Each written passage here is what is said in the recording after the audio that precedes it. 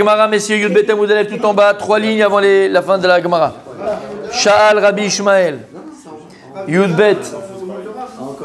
Quoi? Sha'al Rabbi Ishmael. Non. Troisième ligne de la fin. D'en bas. Yud Bet. Yud Bet Amud Aleph. Sha'al Rabbi Ishmael et Rabbi Akiva. Kshayu Malchin Baderech. Qui c'est qui était en route? Donc quand Rabbi Ishmael il était en route avec Rabbi Akiva.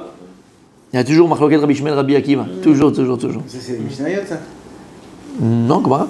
Amarlo, il lui a dit Ata sheshimashta et Nachum ish gamzo. Why? Esrim ushtaim shana. Shaya doresh kol itin batora. Et השמיים ואת הארץ מה היה דורש בהן. הקדוש ברוך הוא, il nous aime et il nous montre combien ça lui manquait.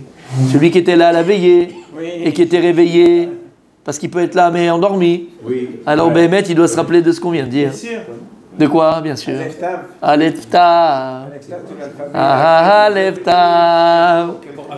Ah, Micheloaya, Fisfes. On a fait ça, voilà, on est en plein dedans, regarde comment il nous envoie. Il nous aime ou il nous aime pas? Et alors moi je lui ai dit qu'est-ce qu'il a créé? Qu'est-ce qu'il a créé? Bereshit bara Elohim. Il a fait mieux.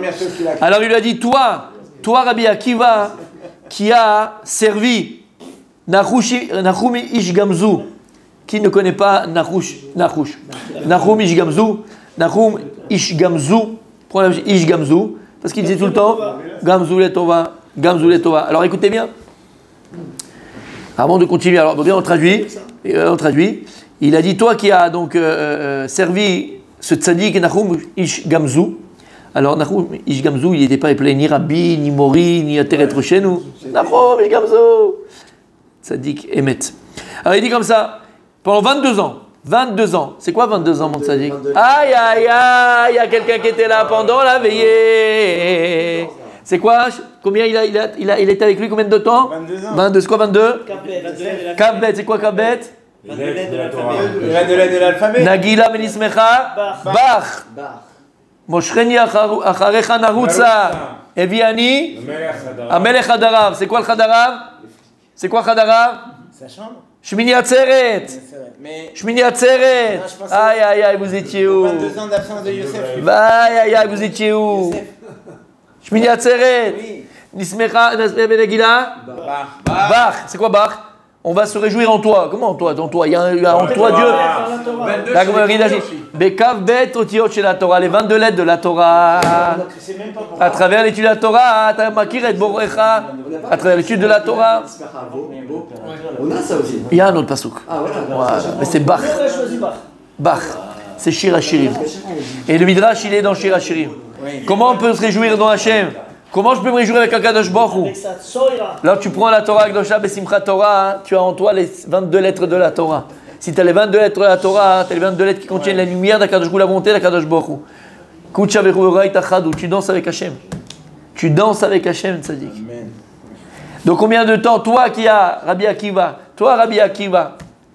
qui a servi Nachum ish gamzu. Rabbi Akiva. Toi, Rabbi Akiva, qui a servi Nachum ish gamzu pendant 22, les lettres de la Torah. Et qui a été Doresh, tous les hitim de la Torah. C'est quoi les hitim? Et, c'est Aleph. Atav, c'est 22. Yaakov, tu te rappelles? Yaakov qui a vu quoi? T'étais là la veille ou non? T'étais à Tibériade, Mechila. Toi, t'étais là, toi? Lui, il dormait. Vayetse Yaakov Bershava, Vayetse, c'est quoi Vayetse, on avait dit? Sorti. Dis les Chachamim, c'est quoi? Vayetse Yaakov, Verat, Surat Aleph. Il a vu la Surat du Aleph devant lui. Et on avait vu, c'est quoi la Surat du Aleph? Aïe. Quand il est sorti, il a vu, il y a comme ça écrit, il a vu Tsurat Aleph, il a vu la Tsurat d'un Aleph, la forme d'une lettre Aleph. Qu'est-ce que ça veut dire? Rabbi Yossi, il était là. C'est la veillée. C'est la veillée, votre tzaddik. Tsurat Aleph. Aïe, Tav, c'est de la Torah, ou c'est les Esther Panim. il allait vers la vanne, chez la vanne, il allait vers les problèmes, il allait vers les nissionotes, il avait le Chocher. Il a toujours gardé Aloufo Shel Olam. Alors c'est quoi Bet? Bet c'est 2 Aleph. C'est quoi Gimel? C'est 3 Aleph. C'est quoi Dalet? C'est 4 Aleph. C'est quoi Etav? C'est 400 Aleph. Mais non, c'est quoi le Etav? C'est celui qui est le plus loin de Aleph. Aleph c'est le Kevavke, donc le plus loin de la Gilou Yashem, quand Dieu il est là, il est présent. C'est Esther Panim, il est Gamre, c'est Mamash Esther Panak. C'est le voilement d'Hachem Kaviachol. Kadosh Baruch Kaviachol, il n'est pas là. Le travail d'un juif, c'est que même dans le Astara la plus totale, Afiloube Astara, alors il y a le Aloufo Shel Olam. Et c'est ça le Kiddush Hashem, c'est ça notre travail. Dévoiler à Kadosh Baruch 400 Aleph. dans le 400. Et c'est vrai que Yassav, il est venu avec combien? 400 ans, c'est le Tav, Shamata. Les 400 cycles. Il a vu le Tzora du Aleph. C'est quoi soit le Aleph? C'est-à-dire qu'il savait où il allait, mais dans tout ce qu'il allait, dans tout ce qu'il voyait, dans tout ce qu'il vivait, dans toutes les missions, dans toutes les épreuves, il a réussi à avoir Akadosh Baruch de ça. Il a toujours tiré Akadosh Baruch. Même dans l'Esther Panim le plus total, le Chocher le plus total, l'obscurité la plus totale, il savait qu'Akadosh Baruch était avec lui. Et c'est le travail d'un juif. Alors je vous dis en 3 secondes ce qu'on a fait pendant 4 heures. Ben voilà. C'est la veillée de sa vie. C'est la veillée, c'était merveilleux. Tu te rappelles ou pas? Bien sûr. C'était merveilleux. Merveilleux. Alors ça, c'est ce qu'il dit ici. Regarde, on va parler du bête. Ok? Il y a quelqu'un d'autre qui écrit tous les titres de la Torah, parce que j'ai déjà entendu ça. Alors non. Il y a un autre rave qui a fait ça. C'est Rabbi Shimon à Amsouni. Rabbi Shimon à Amsouni, lorsqu'il est arrivé à Et Hashem le Kratira, Parash. C'est pas Rabbi Akiva. Qui c'est qui a été Doresh Kol Haitim Sheba Torah? C'est Rabbi Shimon à Amsouni. Et tous les Haitim Sheba Torah. Et quand il est arrivé à Et Hashem Elokecha Tira, Et les rabot ma, Et c'est les rabot, Et c'est pour ajouter. Il y a quelque chose au-dessus de Dieu, on peut rajouter sur Hashem. On ne peut pas rajouter sur Hashem. Il a dit, Aniporesh, j'annule toutes les drachot que j'ai fait sur les teams. C'est zéro. Tout ce que j'ai dit, c'est faux. Oui. Il a dit, c'est pas bon. Puisque, en fait, c'est pas bon ce que j'ai dit. Comment tu peux rajouter à Et, à Hashem? Il a été Doresh. Et Hashem Elokecha Tira. L'Éternel est ton Dieu, tu craindras. Les rabot Talmidei Chachamim. Lorsqu'il a entendu ça, il était le plus heureux du monde. Il dit merci à Rabbi Akiva. Grâce à toi, j'ai pas fait tout ça pour ça. Et c'est ça la force. Toute sa vie, il a été Doresh les Tim Sheba Torah. Et à un moment, il arrive à un problème. Qu'est-ce qu'on va faire, nous?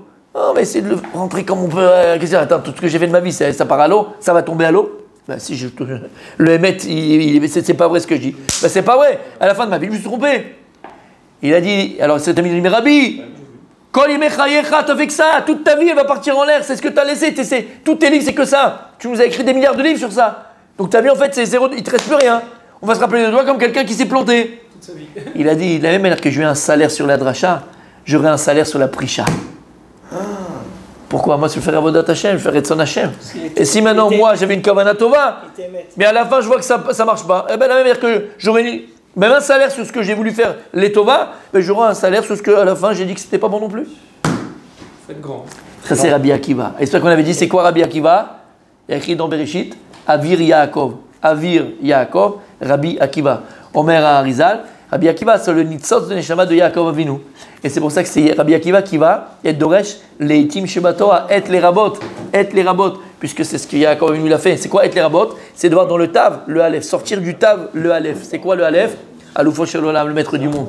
Dans le Tav, qui est la notion d'Esther Panim, d'obscurité, de difficulté, et tu vas sortir le Aloufo Shel Olam. C'est pour ça que c'est Rabbi Akiva Davka qui a été Doresh le Et. Qui c'est Rabbi par le trou de Rabbi Akiva, il ne posait pas de questions. Là, tous les jours. Non, tu rigoles. Mais j'ai le cours, je suis là. Tous les jours, il a dit. Non, mais il a dit, par le trou de Rabbi Akiva, il ne posait pas de questions. Il a dit, voilà, j'ai une sorte de poule. Je l'ai le truc. Vous vous rendez pas compte, là. De quoi? Non, c'est le cours qu'on a fait. C'est le cours de la veille, tu sais. Oui. Non, mais Rabbi Akiva. Ah, mais c'est le cours. Mais on a parlé de Rabbi Akiva. La veille, tu te rappelles pas? Pas de Rabbi Akiva. Mais si, c'est ce qu'on a dit à la fin. Mais là, ce que je répète, c'est ce que je dis à la veille. Hein. Là, je rajoute rien de ce que j'ai dit à la veille. C'est ce que j'ai dit à la veille. Tu te rappelles? Tu te rappelles qu'on a dit? Non, Rabbi Akiva. Tu te rappelles qu'on a dit ça à la veille? On a dit ça à la veille. Tu te rappelles? Pas. C'est pas grave. On a parlé de ça à la veille. Non, Yaakov, oui. On avait dit Avir Yaakov et c'est Rabbi Akiva. Ça, on avait expliqué. Tu te rappelles? Il a fait. Ça, c'est magnifique, c'est magnifique. C'est magnifique ce que tu viens de dire. C'est-à-dire que Baruch Hashem, Hashem, il nous met dans le Hémet, il nous met dans la vérité. C'est magnifique. Très beau. Ok. Alors il lui a dit, alors c'est qui Nahum Ish Gamzu? Nahum Ish Gamzu, il est connu dans la Torah, c'est un exemple pour chacun d'entre nous. Oui. Nahum Ish Gamzu, il y avait des problèmes avec les Romains, et on ne savait pas qui envoyer pour essayer d'amadouer les Romains, d'accord? Alors qu'est-ce qu'il a fait? Il a pris une caisse avec lui, remplie de pierres précieuses, d'argent et de ce que tu veux, d'accord, de pierres précieuses. Et il a dit, je vais les soudoyer, on va être tranquille. Il part dans une auberge, je connais l'histoire, il a laissé sa caisse, ils sont venus, ils ont volé la caisse, ils ont pris les pièces précieuses et ils ont mis de la terre, du sable, de la terre quoi en fait. Il est arrivé devant le César, ok, pour plaider pour le peuple juif. Il est venu, il a dit, mais le peuple juif, il t'adore, on est soumis à toi, et tu es le machin, et en plus on t'a amené un cadeau, tout le monde a participé, on a fait les plus... C'est que les juifs, c'est dans la bijouterie, chacun il a donné les plus belles pierres précieuses. Pardon, Mechila, il n'a pas dit ce qu'il avait donné. Mechila. Oui, voilà, Mechila. Il a dit, on t'a donné les plus beaux cadeaux qu'on avait, voilà, tout est là, tu vas voir que tu vas être surpris, tu vas pas comprendre ce que c'est et tout. Il donne au chaliard, César, il ouvre le truc. Du sable. La terre, du sable. Du sable. Il lui retourne. Il lui dit, vous foutez de moi en fait. Vous foutez de moi, Cruchot. D'accord? C'était ça. D'accord? Vous foutez de moi. Ok, il dit, vous foutez de moi. Alors, c'est pas possible. D'accord? Je comprends pas. Maintenant, imagine à cet instant, tu es devant le César, tu parles pour tout le peuple juif. Pchette! Mais pour tout le monde, pchette! En une seconde et demie dans sa tête, il a dit, il a dit Gamzou. Et tout ce qu'il faisait dans sa vie, tout ce qui lui arrivait, tout. Il disait Gamzou. Alors, quand tu traduis Gamzou et Tova, ça veut dire que ça aussi, Gamzou les Tova. C'est différent de la colle les Tova. Voilà, Gamzou. Même ça, c'est pour le bien. Alors là, qu'est-ce qu'il a dit? Et il lui a dit, écoute, regarde, prends le t'as pas compris, nous les Juifs, on est, on a le plus grand des généraux, on a des âmes secrètes pour faire la guerre. Regarde, prends le sable et jette-le en l'air. Bon. Il a pris le sable et jeté en l'air. Et c'est en flèche. Ça s'est transformé en flèche. Tac, tac, tac, tac, tac, tac, tac, tac. Oh, il a dit c'est une arme magique. Oh là, il était fou comme un fou, ils aiment la guerre. Magnifique. Et comme ça. Maintenant, d'où il savait, pas savait. Quand je vous l'ai fait, à partir du moment où il a dit Gamzou les Tova, écoutez ce qu'on va dire maintenant. Je vous en supplie, écoutez ce qu'on va dire maintenant. Et c'est ce qu'on a dit un petit peu tout à l'heure là. D'accord? Comprenons une fois pour toutes que nous créons notre Metsiout. On crée notre réalité. Si tu as peur, si tu trembles, qu'est-ce que tu vas voir dans l'ombre? Mais tu vas voir une ombre qui tremble. D'accord? Tu crées ta réalité. Nous créons notre réalité. Quand tu viens et tu vas dire Be'emuna, oui.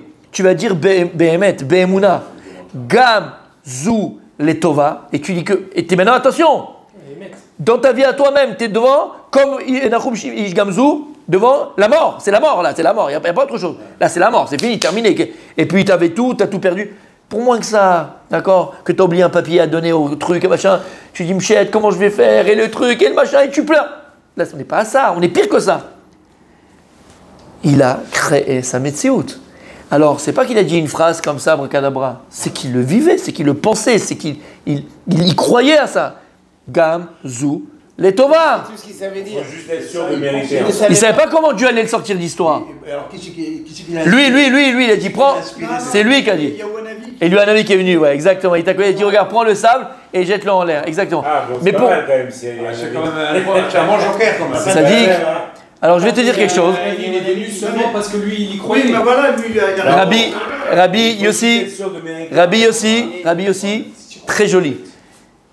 Peut-être le 4e Shabbat, 3e Shabbat, j'ai Baruch Hashem, j'ai m'a donné cette mémoire. Dans ce qu'on aime, on se rappelle. Le 3e, 4e Shabbat peut-être, que je suis venu au gymnase, quand c'était au gymnase, donc c'était vraiment tout début. J'ai raconté une histoire et il y a des gens qui ont pleuré. Et je me rappellerai parce que je me rappelle même qui a pleuré. D'accord? Alors que c'était pas le but. Hein. C'était pas le but. C'était pas M. Fortin. Ce n'était pas M. Fortin. Les gens qui ont pleuré. Alors bon, je sais pourquoi ils ont pleuré, mais l'homme échané, c'est pas le truc. Donc ça a fait quand même il y a longtemps. Écoutez cette histoire qui est magnifique. Par rapport à Eliyahu Hanavi. Non, parce que la personne, bon bref, c'était quelque chose de spécial. Une sensibilité par rapport à quelque chose. Mais bon, l'homme échané. Écoute, parce que tu as dit, quand tu dis, ouais, mais bon, c'est Eliyahu Hanavi. Écoute bien. Il y a, à l'époque du Baal Shem Tov, il y avait un couple. Blainara, le mec, c'était un Blainara, un blindé. À l'époque, c'était un gros blindé. Blainara, il avait ce qu'il avait, il avait tout ce qu'il voulait. Un blindé. Il avait sa famille, il avait sa femme, il avait ses enfants.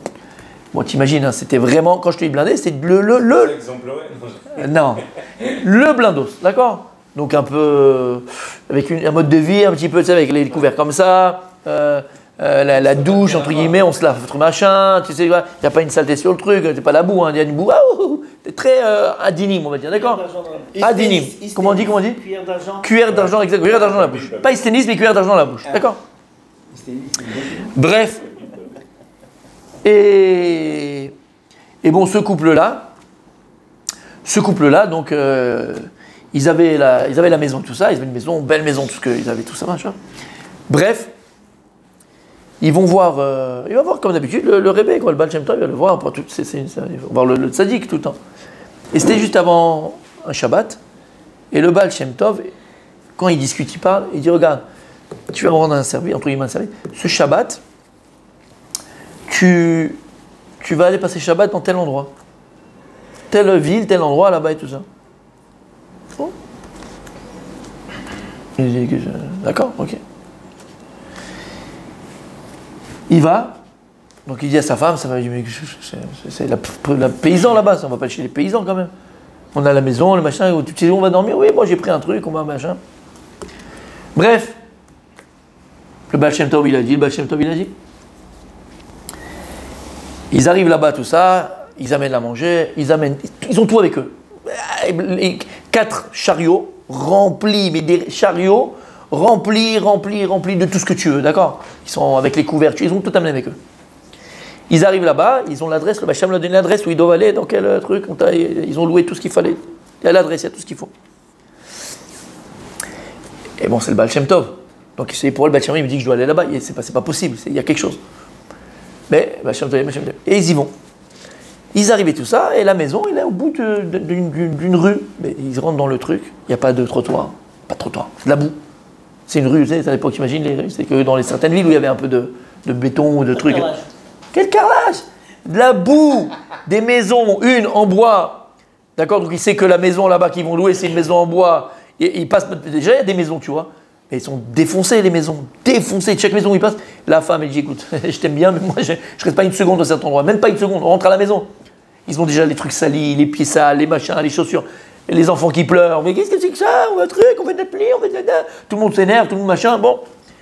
Il dit, le Baal Shem Tov, il a dit, en malasa. Et ils arrivent comme ça, et à la fin, ils vont arriver dans la maison qu'ils ont louée, Fikhala, complet, ils la voient de loin, ils ont envie de pleurer tous. La femme a envie de se prendre, et avec les chariots qui n'arrivent même pas à passer. Ils arrivent comme ça, et là, juste la maison d'à côté, ils entendent une femme en train de pleurer. Elle pleure. Et ils entendent, alors lui, ils s'arrêtent parce qu'ils entendent quelqu'un pleurer, ils s'arrêtent pour écouter. Et il dit, Ashkadosh Baruch Hashem, tu m'as pris mon mari, je reste toute seule avec mes 10 enfants, j'ai pas de manger, c'est Shabbat aujourd'hui, j'ai rien, Hachem, combien je vais souffrir, combien je vais rester? Et elle pleure son âme. Ils sont là, bon, ça les touche quand même, avec machin et tout ça. C'est horrible, quoi. Mais ils n'entendent pas des sanglots, c'est un neshama qui va sortir. Ils entendent les enfants pleurer. On est à quelques instants de Shabbat, parce qu'on est parti pour Shabbat. Il est dans sa tête tout de suite. Il se dit, mais attends, mais non, si le Baal Shem Tov, il m'a envoyé. Si le Baal Shem Tov, il m'a envoyé. C'est pas anodin, c'est pas possible. Il dit à sa femme, écoute chérie, on peut pas la laisser comme ça. Pourquoi on est arrivé dans ce truc-là? C'est sûr qu'il y a quelque chose.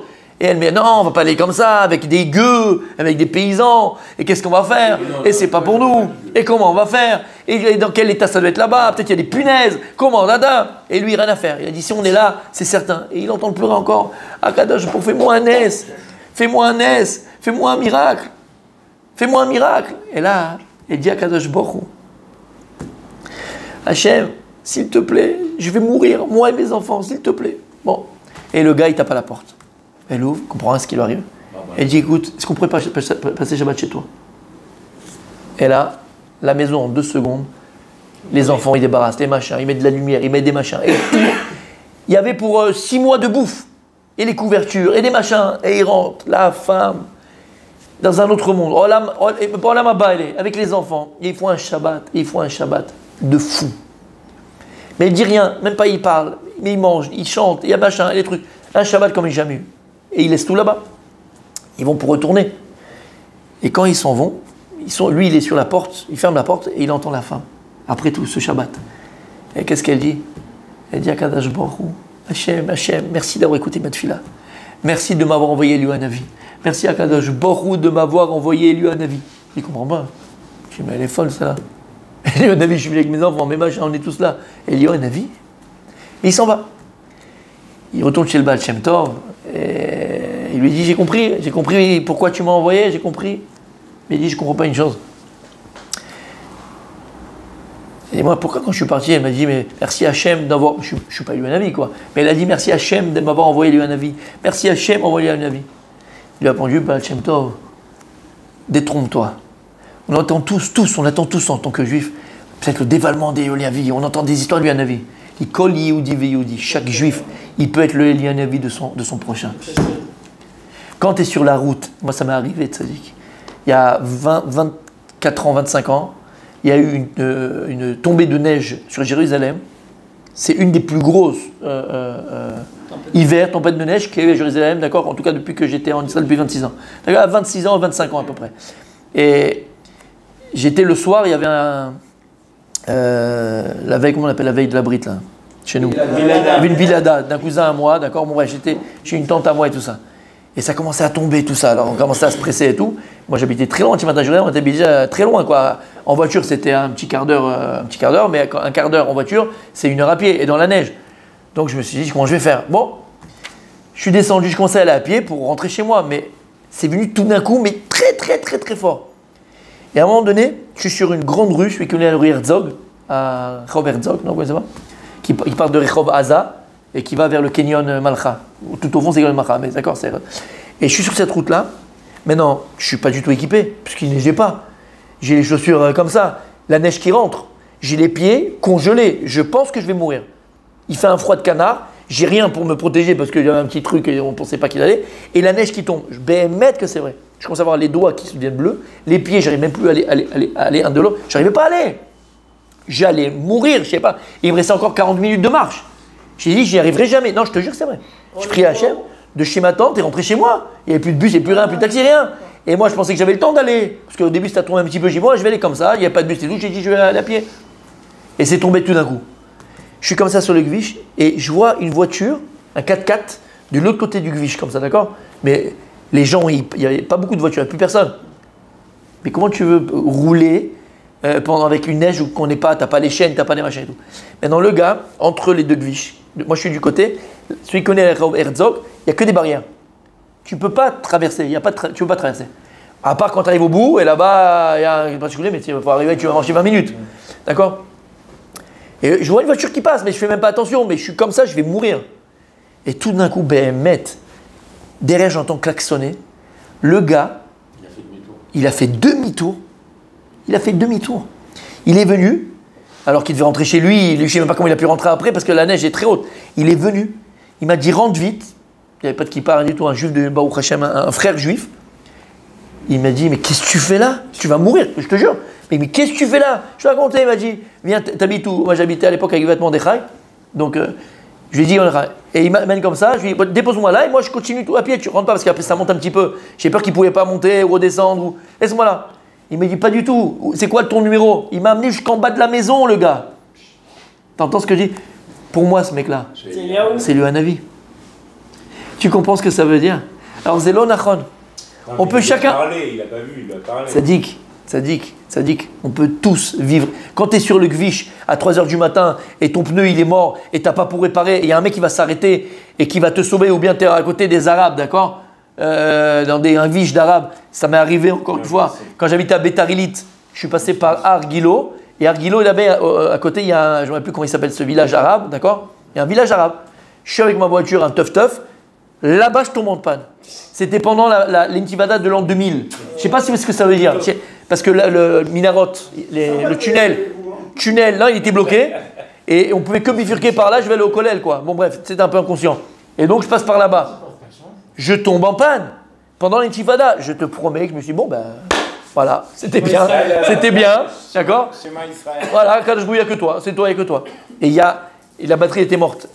Et il y a un juif, à un moment donné qui passe, il s'arrête. Il m'a vu en danger, et vite il me met les câbles, et il m'a fait repartir. Mais c'est qui ce mec-là pour moi? C'est Eliyahu Hanavi. Tu comprends ce que je veux te dire? Donc faire attention. Et Eliyahu Hanavi, mon tzaddik, c'est pas ce qu'on peut penser aussi. Il a dit, mais quand Yehudi peut être Eliyahu Hanavi de son frère. D'accord, Eliyahu, c'est la Géoula, c'est quand on vient, on te délivre.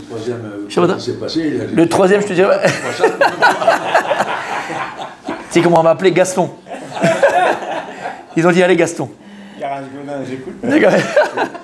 Je me rappelle, j'étais à une bamousse ce jour-là où il y a eu la tempête. Tu te rappelles? On est arrivé dans la soirée. C'est fini, c'est fini. Moi, je n'ai pas arrêté. C'était toi. Il n'y avait rien. Il n'y avait rien, pas un truc comme ça. On sort de la soirée, on ne pouvait pas sortir du parking, une petite pente comme ça, les voitures, il y avait ça de neige. C'était impossible.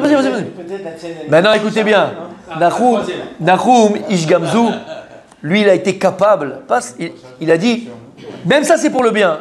Il a créé cette réalité. Il a créé cette réalité. Il a amené le miracle. Rabbi Akiva, qui était son élève, la Gemara dans Maseret Brachot, il nous raconte l'histoire.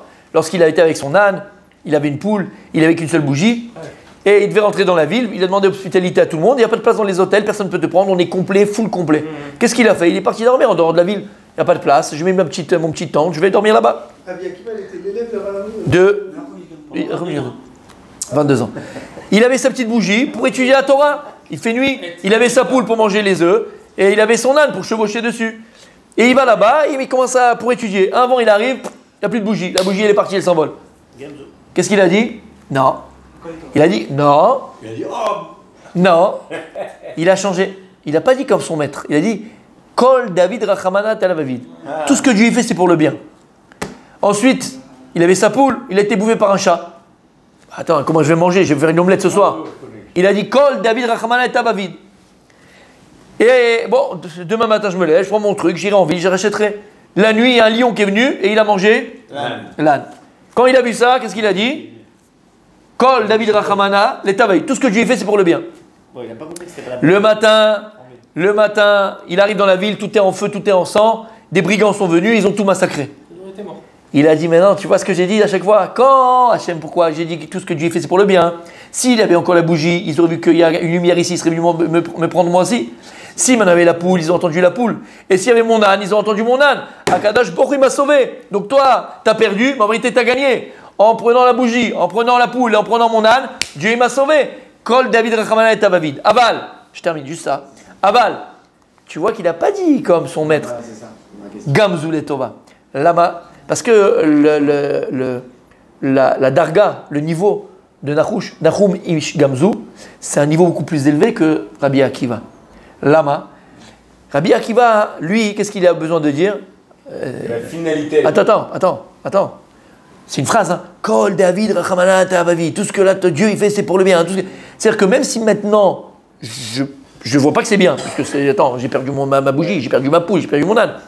Mais comme il a dit Rabbi aussi, Dieu, tout ce qu'il fait, ce sera pour le bien. C'est certain, mais je ne le vois pas. Je suis dans l'obscurité, c'est le rocher. J'ai plein de questions. Je peux même peut-être des fois, pas douter, mais tu vas poser des questions et voilà, exactement. Douter ou il y a un autre mot que je cherche. Pourquoi ça? Ok, d'accord. Réclamer, demander, pourquoi? Mais bon, tout ce que j'ai fait pour le bien. C'est-à-dire qu'en deux mots, j'ai besoin de me persuader. J'ai besoin de me persuader. Tout à fait. Nahum Ish Gamzu, c'est pas ça du tout. Il n'a pas besoin de dire, mais dans tout ce que Dieu il fait, c'est pour le bien, je le verrai peut-être à la fin. Gamzu le Tova. Arshav, c'est le meilleur. Si Hachem il a fait que maintenant que c'est pas des personnes, et c'est du sable. Gamzu, ça c'est du bien. Arshav, pas après. Arshav, c'est bien. C'est une darga, disent les Chachamim, qui est un petit peu en dessous. De voir Rabbi Akiva. Tout le monde peut voir en fait. On s'habitue à dire On peut tous se persuader. Voilà. Dieu, il est bon. Voilà. Donc tout ce qu'il fait, Voilà. c'est pour le Voilà. bien. Mais de voir que maintenant. Le mal, il est pour le bien. C'est Maintenant, l'instant T, que maintenant c'est pour le bien. Ça, tu peux pas.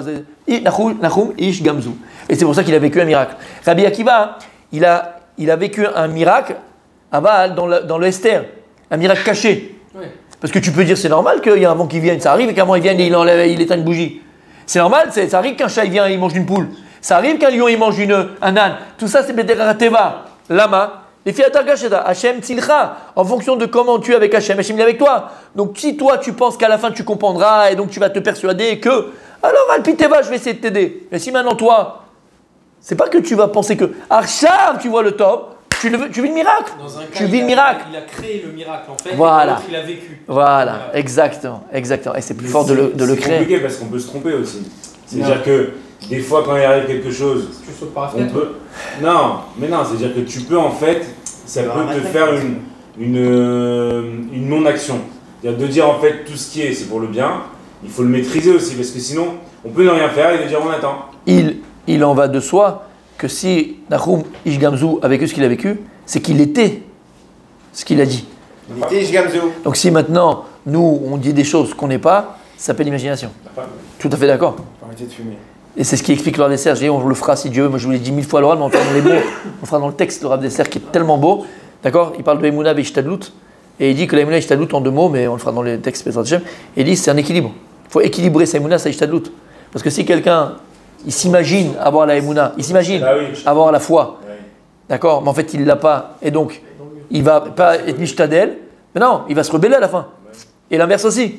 Si quelqu'un il avait une grande Emouna, mais au contraire il va essayer de faire beaucoup d'Ishtadlut, il va risquer aussi de perdre sa Emouna, puisqu'après il va peut-être penser que c'est Korivot Semiali. Donc en fait c'est l'équilibre entre ma Emouna et ma Ishtadlut. C'est clair. Alors qu'est-ce qu'il a demandé juste pour terminer? Il lui a dit qu'est-ce que Nahum Ish Gamzu a été d'Oresh sur Et Hashamayim ve'et haaretz. C'est quoi le Et? Le ciel et la terre. Et Hashamayim ve'et haaretz. Amarlo, il lui a répondu Rabbi Akiva. Et l'Uneemar Shamayim va'aretz, il avait écrit uniquement dans la Torah Shamayim ve'et Hashamayim ve'et haaretz. Aïti Omer Shamayim Shmo shel HaKadosh Baruch Hu. Mais j'aurais dit que Shamayim, c'est le nom de Dieu. Pourquoi? J'aurais dit Bereshit bara Elohim Shamayim va'aretz. Et donc j'aurais pu penser que Shamaim, c'est un des noms de Dieu. Comment ça peut être un nom de Dieu? Comment ça Bereshit bara Elohim? C'est déjà Elohim. Alors, Et Shamaim, comment? Il n'y a pas Et Shamaim. Shamaim, c'est le Et. Ok. Bereshit bara Elohim, Shamaim. Ah, il s'est créé lui-même. Ouais. Elohim, il a créé Shamaim. Et Shamaim, c'est Dieu. Et il y a un autre Dieu, Chadesha. Mais Arshav, c'est Neymar Et Hashamayim ve'et haaretz. Alors on comprend que Shamaim, Shamaim Mamash. Aretz, Aretz Mamash. Il n'y a pas plusieurs dieux qui s'appellent Shamaim, qui s'appellent Aretz, qui s'appellent. Une autre force. Voilà, c'est pas une autre force, exactement. C'est ça. Le Et, il a pour couper entre Elohim, qui est Dieu, et Shamaim, Varetz. Est-ce que c'est clair? Continue demain, Exact. C'est vrai que c'est